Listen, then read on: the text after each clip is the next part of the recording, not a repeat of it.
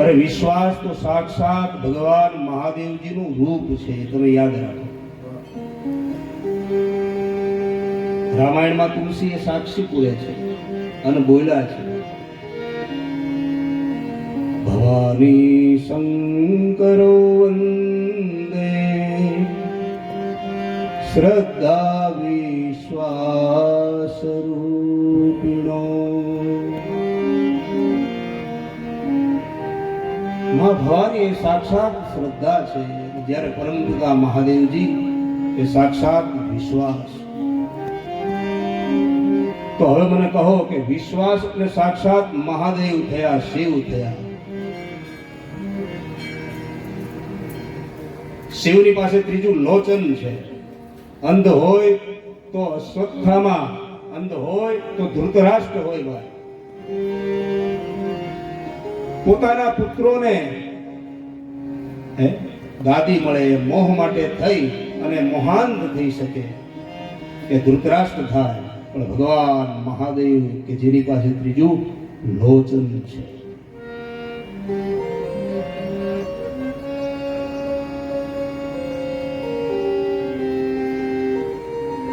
તો એ ચેતન શાશ્વત અને આનંદ ઘન અને એ અવિકૃત છે. સત્ય યાદ રાખજો, એમાં વિકાર નથી.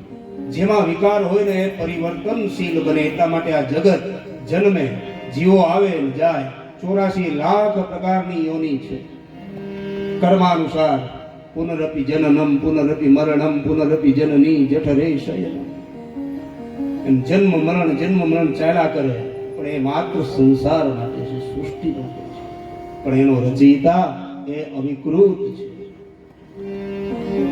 માટે આ જગત જ્યારે મહાપ્રલયમાં પરિવર્તિત થાય ત્યારે પણ એક શક્તિ વધે, જેનું નામ છે સચ્ચિદાનંદ આનંદ ઘન. એ પરમાત્મા વધે છે. 3 શબ્દ કીધા, સત, ચિત્ત અને આનંદ.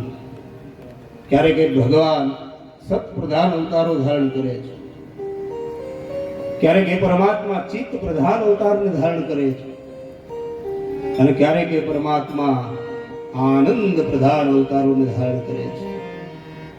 સત પ્રધાન અવતારો ભગવાન રામચંદ્ર પરમાત્માએ પ્રાગટ્ય થયું અને મર્યાદા બતાવી. મર્યાદા પુરુષોત્તમ બન્યા. એ ભગવાન સતપ્રધાન અવતાર છે. ક્યારેક ચિત્ત પ્રધાન ભગવાન વ્યાસ બનીને પધાર્યા અને આપણને આ વેદોનો વિસ્તાર કર્યો. ભગવાન કપિલ બનીને પધાર્યા. ચિત્ત માને જ્ઞાન, જ્ઞાનનો ઉપદેશ, સાંખ્ય શાસ્ત્રનું જ્ઞાન અને સંપૂર્ણ 64 કળા એટલે આનંદ ઘન ભગવાન કૃષ્ણ. એકવાર આનંદ આવે એનું યાદ રાખજો કે જગતમાં વિરોધાર્થી એક પણ શબ્દ નથી. જે માણસ ભગવાનનું ભજન કરે, ભગવાનને ચાહે, ધર્મનું કાર્ય કરે, ધર્મમય બને, અધ્યાત્મ જગતમાં આગળ વધે, અને જે માણસ પરમાત્મામાં પોતાનું ચિત્ત લગાવે ને એને આપણે એમ કહી કે એને આઠે પોર આનંદ છે. અને એ આનંદ સંતોને મળે, ફકીરોને મળે. તમે આશ્રમમાં ક્યારેક એની મસ્તી તો જોજો, કેટલી ગૌ સેવા થતી હોય. જો આનંદ સંત ફકીર કરે, જો આનંદ સંત ફકીર કરે, તો આનંદ નાઈ અમીરી મે. જો આનંદ સંત ફકીર કરે.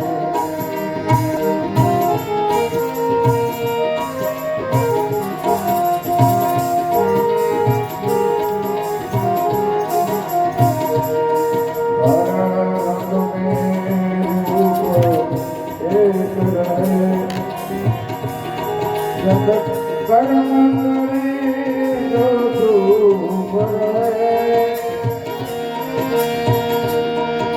सतवाणी सदा मुख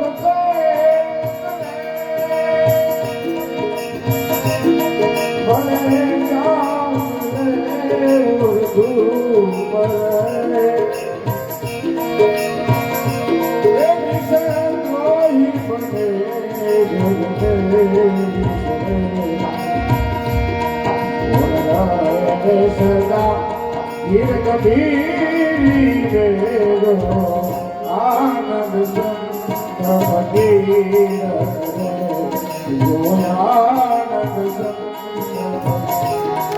જો આનંદ સંત ફકીર એ સંતોની જાગીર કે એમાં ક્યારેય કાંઈ ખૂટે નહીં હે અને બસ આ મસ્તી આવી જોઈએ આ અંદરથી જે આનંદ છે ને એ ખીલો એ મજા છે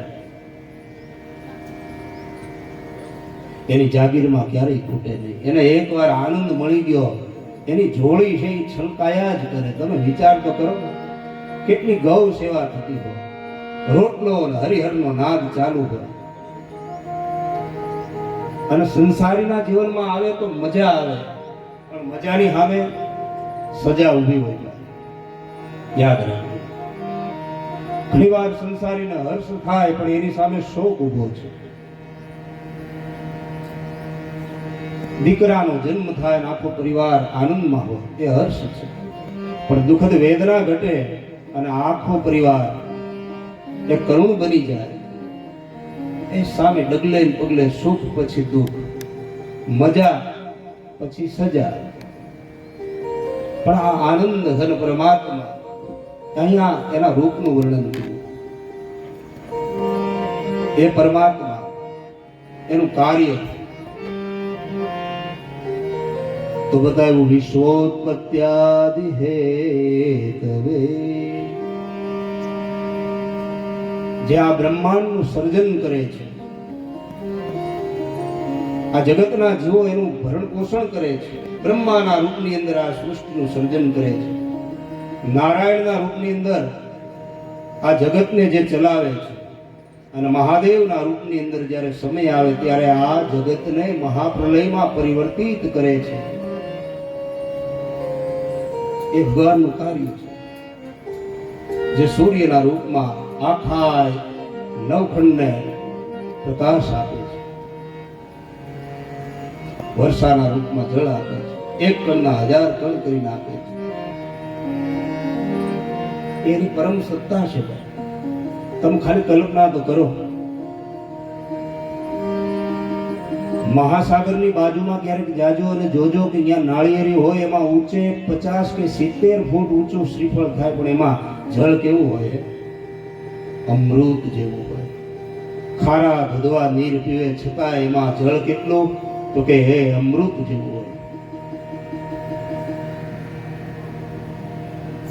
બ્રહ્માંડની અલૌકિક શક્તિ એ પરમાત્મા છે હવે શાસ્ત્રકાર આપણને એ પરમાત્મા કેવા એનો સ્વભાવ કેવો એ બતાવે છે બોલ્યા છે તાપત્રય વિનાશાય 3 પ્રકારના પાપ અને તાપ બતાવ્યા આદિ દૈવિક આદિ ભૌતિક અને આધ્યાત્મિક આપણી ભાષામાં આપણે બોલીએ આદિ વ્યાધિ અને ઉપાધિ આ 3 શબ્દમાં સંસારના તમામ દુઃખો આવી જાય 3 શબ્દમાં તમામ દુઃખો આદિ એટલે અભાવ વસ્તુ નથી ને દુઃખ છે લગ્ન થઈ ગયા 15 કે 20 25 વર્ષ થઈ ગયા પણ સંતાન નથી ને દુઃખ છે એ આદિ છે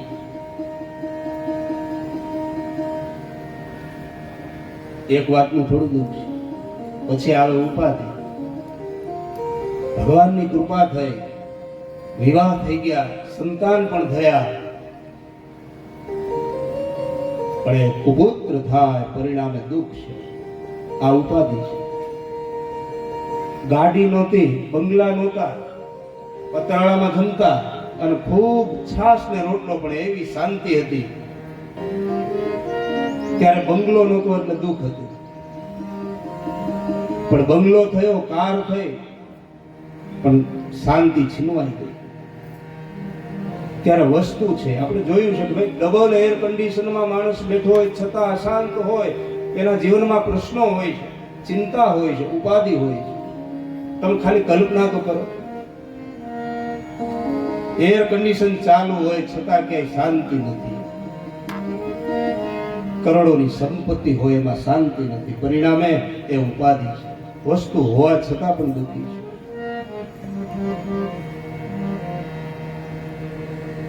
કોઈ વસ્તુની આધી ન હોય, વસ્તુ છે એ પણ અનુકૂળ હોય તો ત્રીજો શબ્દ એક લાગુ પડે, એમાં ઘણા બધા સંતાપ આવી જાય, એ છે વ્યાધિ.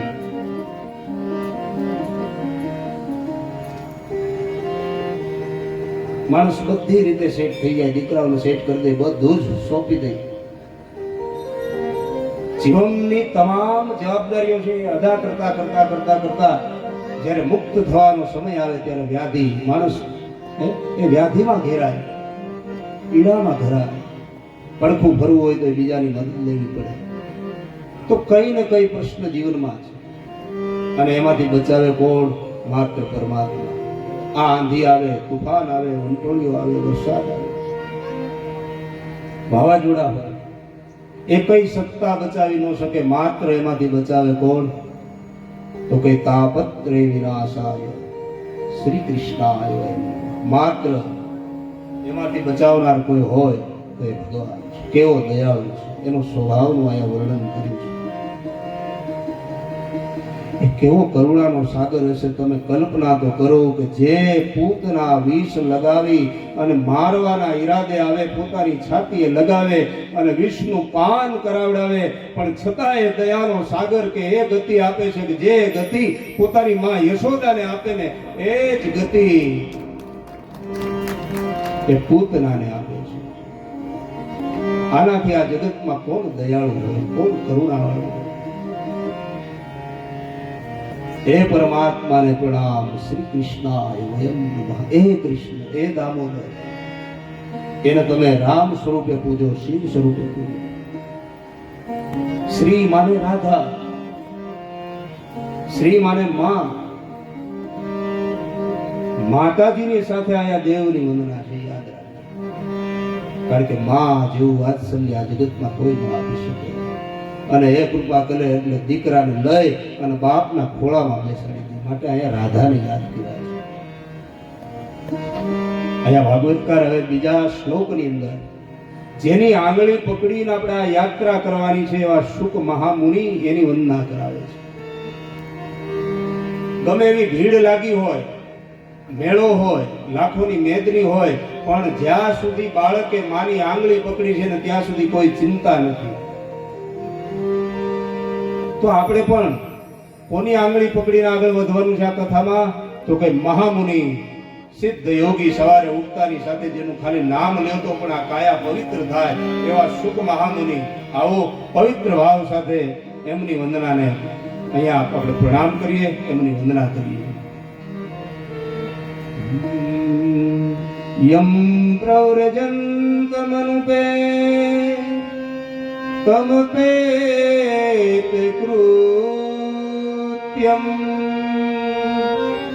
હે પાયનો વિરહકા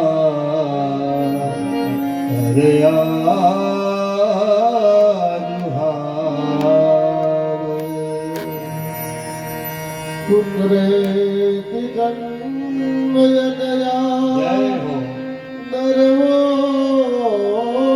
વિનેન્દુ સર્વભૂતર દયા મુનિમાન તોષ્મી. બોલે સુખદેવજી મહારાજ કી જય. યમ પ્રવ્રજંત, જે ગોદોહન માત્ર સમય જે વિચરનારા છે, ગાય દોતા જેટલી વાર લાગે એટલો જ સમય જે એક જગ્યાએ સ્થિર થાય, બાકી સતત વિચરા કરે ઘણી જગ્યાએ. જેમના હજી ઉપવિધ સંસ્કાર નથી થયા અને જન્મતાની સાથે માયા ન સ્પર્શે એટલા માટે ખૂબ સાવધાની છે.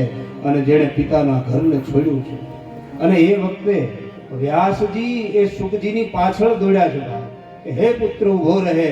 અને ત્યારે એક ઘટના ઘટે છે, સરોવરમાં ઘણી નારીઓ સ્નાન કરે છે, પણ જ્યારે સુખદેવજી નીકળી ગયા, પસાર થયા અને એ સ્ત્રીઓ એમને સ્નાન કરતી રહી. પણ જ્યારે વ્યાસજી હે પુત્ર કરતા કરતા પાછળ દોડ્યા ત્યારે વ્યાસજીને નજીક આવતા જોયા સરોવરની બાજુમાં, ત્યારે સ્ત્રીઓ પોતે શરમાય અને પોતાના વસ્ત્રો છે એ અંગ ઉપર ઢાંકવા લાગી.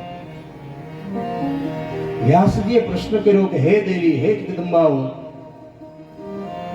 હું તો આ વૃદ્ધ થયો, મારો યુવાન દીકરો અહીંથી પસાર થયો, તમે સ્નાન કરતી રહી, પણ જ્યારે મારે તો વૃદ્ધાપો છે અને તમે હું નીકળ્યો ત્યારે આ તમારી મર્યાદા બતાવો, આનું કારણ કયું? અને એ વખતે એ જગદંબાઓ એ સ્ત્રીઓ બોલી છે કે ભગવાન વ્યાસજી મહારાજ, અમે તમને પ્રણામ કરીએ છીએ, પણ તમારા જે દીકરા છે ને એને તો માયા લાગી, એને પુરુષ કે સ્ત્રીનો ભેદ જ નથી. આવા સુખમાં હમ જેને મન પુરુષ કે નારીનો કોઈ ભેદ નથી, જેની બુદ્ધિને એક પણ વિષય સ્પર્શી શક્યો નથી, એવા મહામુનિ એને જ્યારે વ્યાસજી અવાજ આપે છે ત્યારે વૃક્ષો ઉત્તર આપે છે કે હે વ્યાસજી, એ પરહિત માટે છે, તમે એને છોડી દો, જવા દો, જગતના કલ્યાણ માટે એનો જન્મ. આપણને એમ થાય કે વૃક્ષોએ ઉત્તર આપ્યો. હા, રામચરિત માનસમાં કિષ્કિંધા એ વનના વૃક્ષો પણ રામ રામ રામ રામનું રટણ કરતા. વૃક્ષો એક પરોપકારી છે, માટે એ સંત છે. આખી પ્રકૃતિ તમે નિહાળો ને, પહાડ, ગાય, વૃક્ષ, મહાસાગર, જળ, આ બધા જ પરોપકારી છે. રત્નો રૂપાળા એના મોંઘા મૂળ વાળા એ મહાસાગરને તમે ક્યારેક જોજો, અનેક સરિતાઓ એમાં સમાઈ જાય, કરોડોની સંપત્તિ હોય, અનેક હીરા માણેક જરજવેરાત એમાંથી નીકળે, પણ એની મર્યાદા કેટલી કે ક્યારેય છલકાય નહીં. માટે સંત છે. અને ક્યારેય એ મહાસાગરમાંથી એ મહાસાગર પોતાના પેટાળમાંથી હીરા અને રત્નોની માળા પહેરી અને ક્યારેય એ નીકળતો નથી બહાર. એ જગતને આપી દે છે. વૃક્ષો પણ જેમ એમાં ફળ આવે એટલે જગતને આપી દે છે, છાયો આપે છે, નમે છે. માટે આખી પ્રકૃતિ જેની દ્રષ્ટિ લાગી ગઈ છે ઈશ્વરમાં, એના માટે આખી પ્રકૃતિ એ સંત છે. સરોવર તરુવર સંત જન, પરમાર્થને કારણે ચારો દરિયા. તો આખી પ્રકૃતિ આયા સુખજીને વંદન કરે છે. હવે ભાગવતકાર આપણને નૈમિષારણ્યની યાત્રા કરાવે છે. 1000 વર્ષ ચાલે એવો જ્ઞાન યજ્ઞ પ્રારંભ થયો છે. એમાં કથયિતા સૂતજી મહારાજ એને 88,000 ઋષિમુનિઓ પ્રણામ કરી અને વંદન કરે છે. આ કથા ક્યાં ચાલે છે? પહેલો પડાવ આ કથાનો છે નૈમિષારણ્યમાં છે. 1000 વર્ષ સુધી જ્ઞાન યજ્ઞ કરવું છે, માટે વિચારું કે આ જ્ઞાન યજ્ઞ ક્યાં કરવું? સ્થળ પસંદગી પણ મહત્વની છે.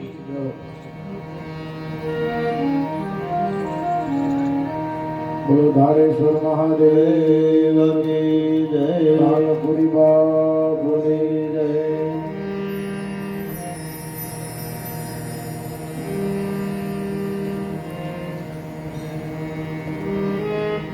ગયા બ્રહ્માજી પાસે સ્તુતિ વંદના કરીને બ્રહ્માજીએ કીધું એક ચક્ર આપ્યું છે, આના હારા જ્યાં ખંડિત થાય ત્યાં હે ઋષિઓ તમે જ્ઞાન યજ્ઞ કરો.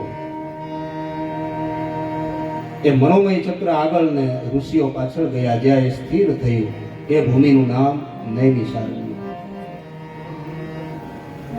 નૈમિષારણ્ય એટલે સેકન્ડનો પણ ત્રીજો ભાગ. 1 સેકન્ડના ત્રીજા ભાગમાં મન સ્થિર થાય એને કહેવાય નૈમિષારણ્ય. સંતોના સન્માન થતા હોય, એકવાર જય ઘોષ કરો. ધારેશ્વર મહાદેવ કી જય.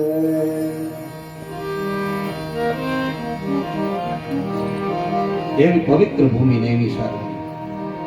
એ ભૂમિ તો છે, એની સાથે ભૂમિકાઓ. તમે યાદ રાખજો કે અહીંયા બેઠા બેઠા બેઠા તમારું મન સ્થિર થાય, મા ભાગીરથી જેવું, ગંગાજી જેવું શાંત બને, એટલે યાદ રાખજો કે એ ભૂમિ તમારા માટે નૈમિષારણ્ય છે. અને ઋષિએ પ્રણામ કરી અને વંદના કરી છે કે હે સૂત મહામુનિ, અમે તમને પ્રણામ કરીએ છીએ. અજ્ઞાત વિધ્વંસ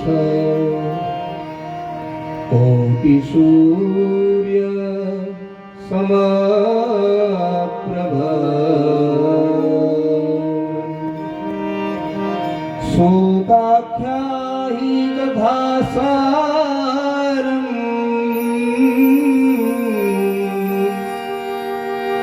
મમ કર્ણ રસાયનમ. શૌનકાદિ પરમ જ્ઞાનીઓ છો, પણ છતાં જે જ્ઞાની હોય ને એ છલકાય નહીં. એની કેટલી શરણાગતિ હોય. અધૂરા હોય ને એ છલકાય, અધૂરા હોય એ છલકાય. પણ શૌનકાદિ મહામુનિએ પ્રણામ કરીને કહ્યું છે કે અજ્ઞાન રૂપી અંધકારોને દૂર કરવા માટે આપ કરોડો સૂર્ય સમાન તેજસ્વી, કોટી સૂર્ય સમપ્રભ,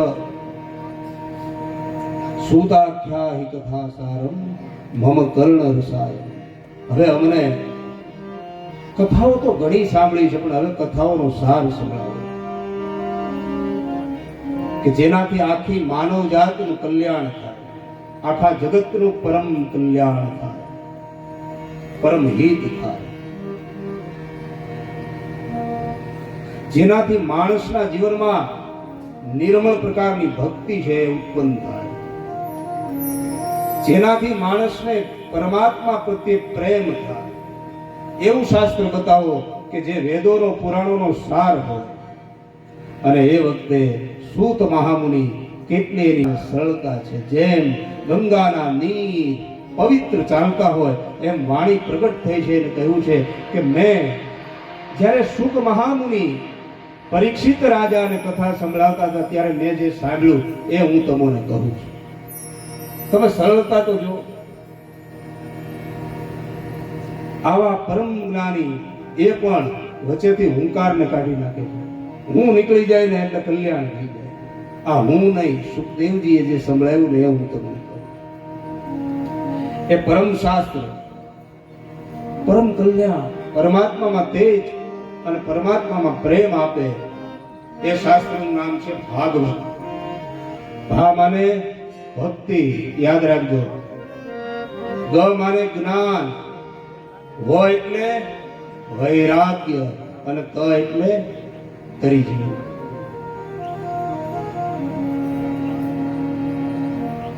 ભક્તિ જ્ઞાન વૈરાગ્ય દ્વારા કરવાનું સાધન એનું નામ ભાગવત.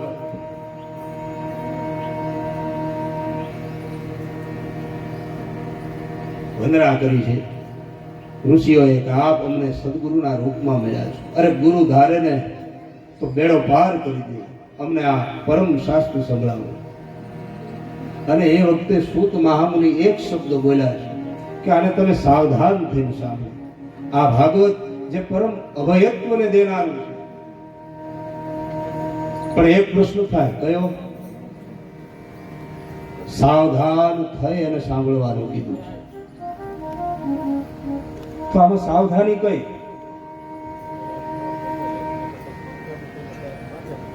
સાવધાની કઈ વાતની રાખવાની છે? તો બસ સાવધાની એ વાતની રાખવાની છે મારા વાલા, જે દાન પુણ્ય સત્કર્મ જે કાંઈ કરવું એ કરી લેજો. જીવન એ કાચની બંગડી જેવું છે, કાળ ક્યારે કોનો કોળિયો કરે એ નક્કી નથી. સાવધાની આ બતાવી છે. માટે ભાગવતકાલ લખે છે, કાલ વ્યાલ મુખગ્રાસ ત્રાસ નિર્ણાસ હેતવે. આ કાળ રૂપી કોળિયો ક્યારે કરે? કાળ એ નક્કી નથી.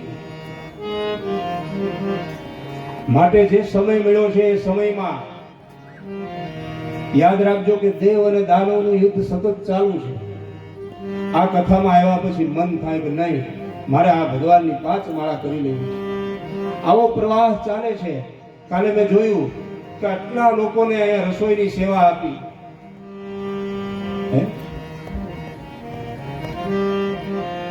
કાંઈ પણ મનમાં વિચાર આવે ને એ અમલમાં મૂકી દેજો, કારણ કે જીવનનું કાંઈ નક્કી નથી. અનેક આવ્યા અનેક ગયા. જીવનના મોટામાં મોટા દુઃખ હોય તો એ બે છે. પહેલું દુઃખ છે જન્મનું.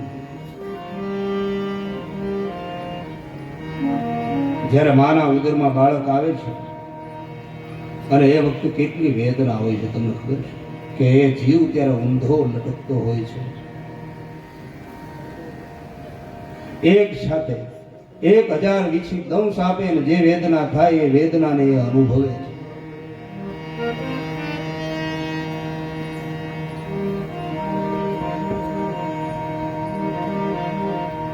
અને એવું જ બીજું દુઃખ એટલે મરવાનું છે. જ્યારે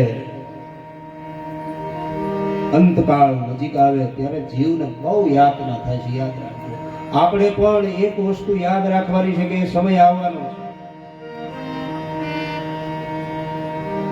એ પહેલા આપણે સાવધાન થવાનું છે.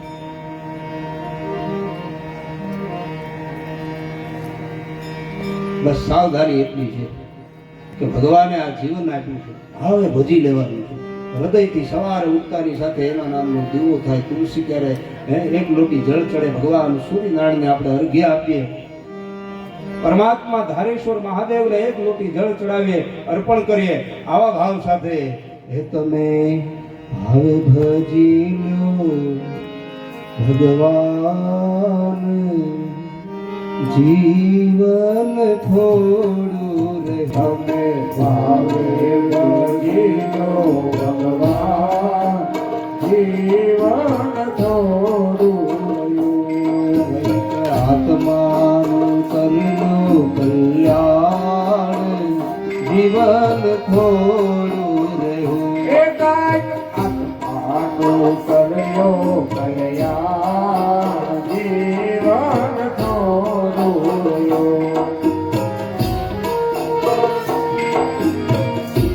ઠંડુ ગરમ જે કઈ સેવા આવી હોય એ આપી દેજો વાલા.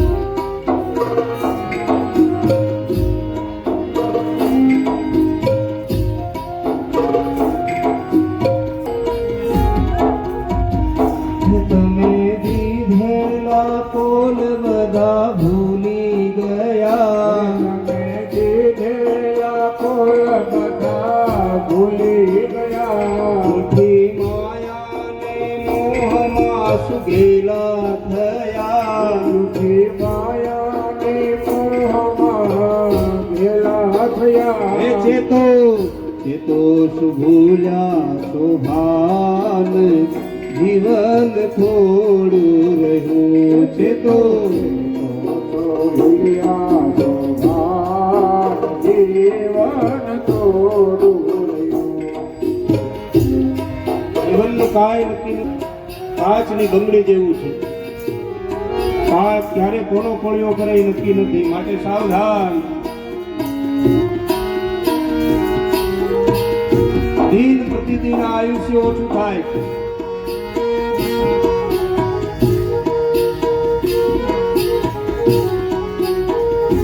બાળપણને યુવાની માળતું ગયું,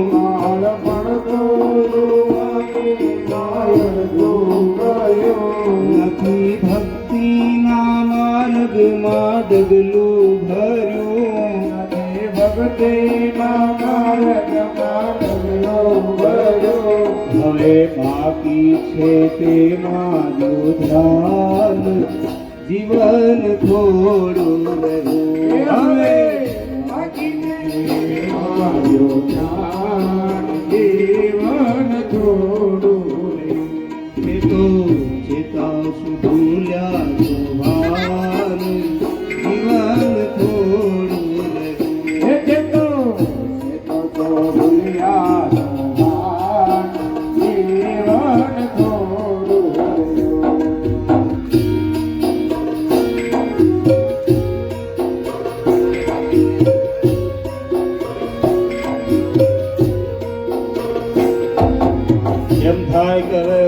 વૃદ્ધાપો આવે ને ત્યારે ભજી લઈશું, પણ બહુ કઠિન છે ભાઈ. અત્યારથી લત લાગી છે ને તો વૃદ્ધાપામાં એ યાદ આવશે, નહીં તો પછી ગઢપણમાં ગોવિંદ ભજાશે નહીં.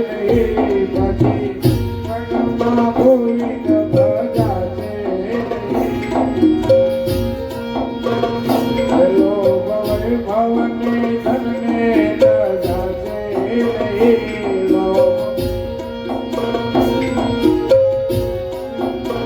હે બનો પ્રભુના પ્રસ્થાન જીવન તોરું રહ્યું. બનો જીવન થોડું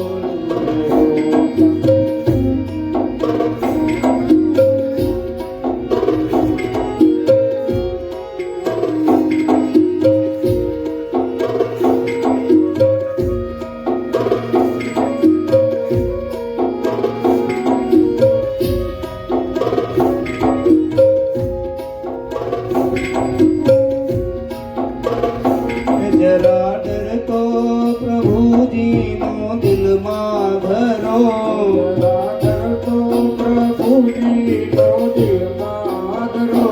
પછી ભક્તિ તણું તમે ભાતું ભરો. તે ભક્તિ તણું ઘણું ભાતું ભરો.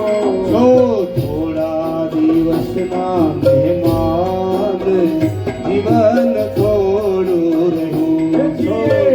થોડા દિવસના મહેમાન જીવન થોડું હે રહ્યું. તમે ભાવે ભજી લો ભગવાન જીવન થોડું રહ્યું. ભજીલો ભગવાન જીવન